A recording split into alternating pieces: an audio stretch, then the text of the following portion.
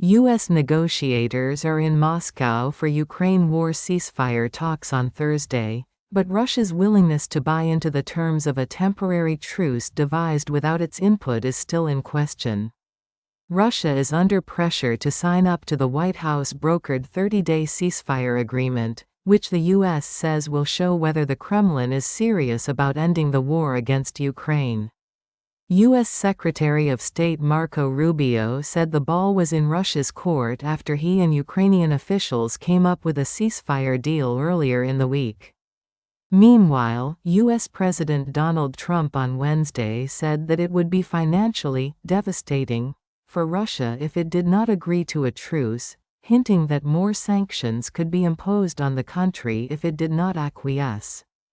But the mood music coming out of Moscow on Thursday ahead of the talks was not positive. Yuri Ushakov, a Russian presidential aide, refrained from telling state media whether Russia will reject Trump's ceasefire deal, but noted that a truce would give Ukraine a chance to boost its forces.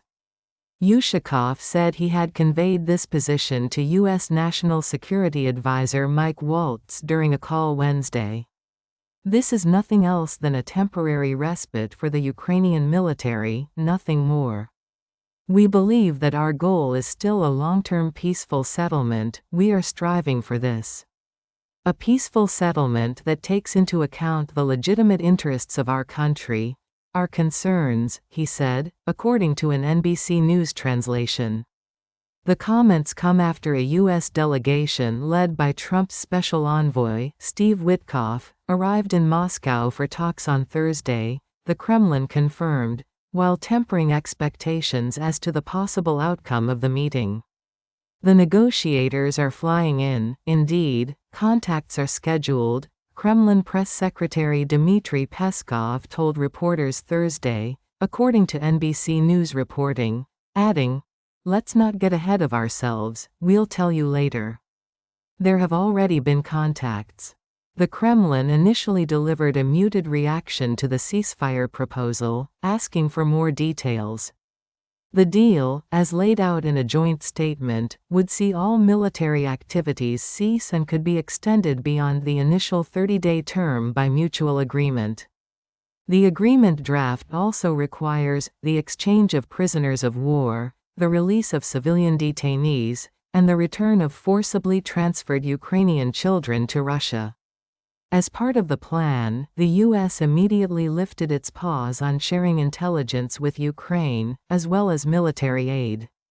Russia has already signaled a number of its red lines over any future peace deal, repeatedly stating, including on Thursday, that it will not tolerate the deployment of any foreign troops in Ukraine, or the construction of foreign military bases in the country.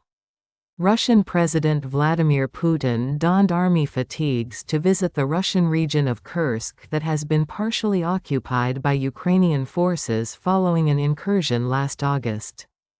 Putin's rare visit to the front line was seen a Kremlin demonstration of initiative in the war, with Russia's forces making steady gains in eastern Ukraine and its defense ministry claiming it will soon retake the entire Kursk region. Later on Thursday, Putin told reporters that Russia agrees in principle with the U.S.-led ceasefire plan backed by Ukraine earlier this week, but he stopped short of officially signing up to any deal, arguing that it needed further negotiation and must lead to enduring peace.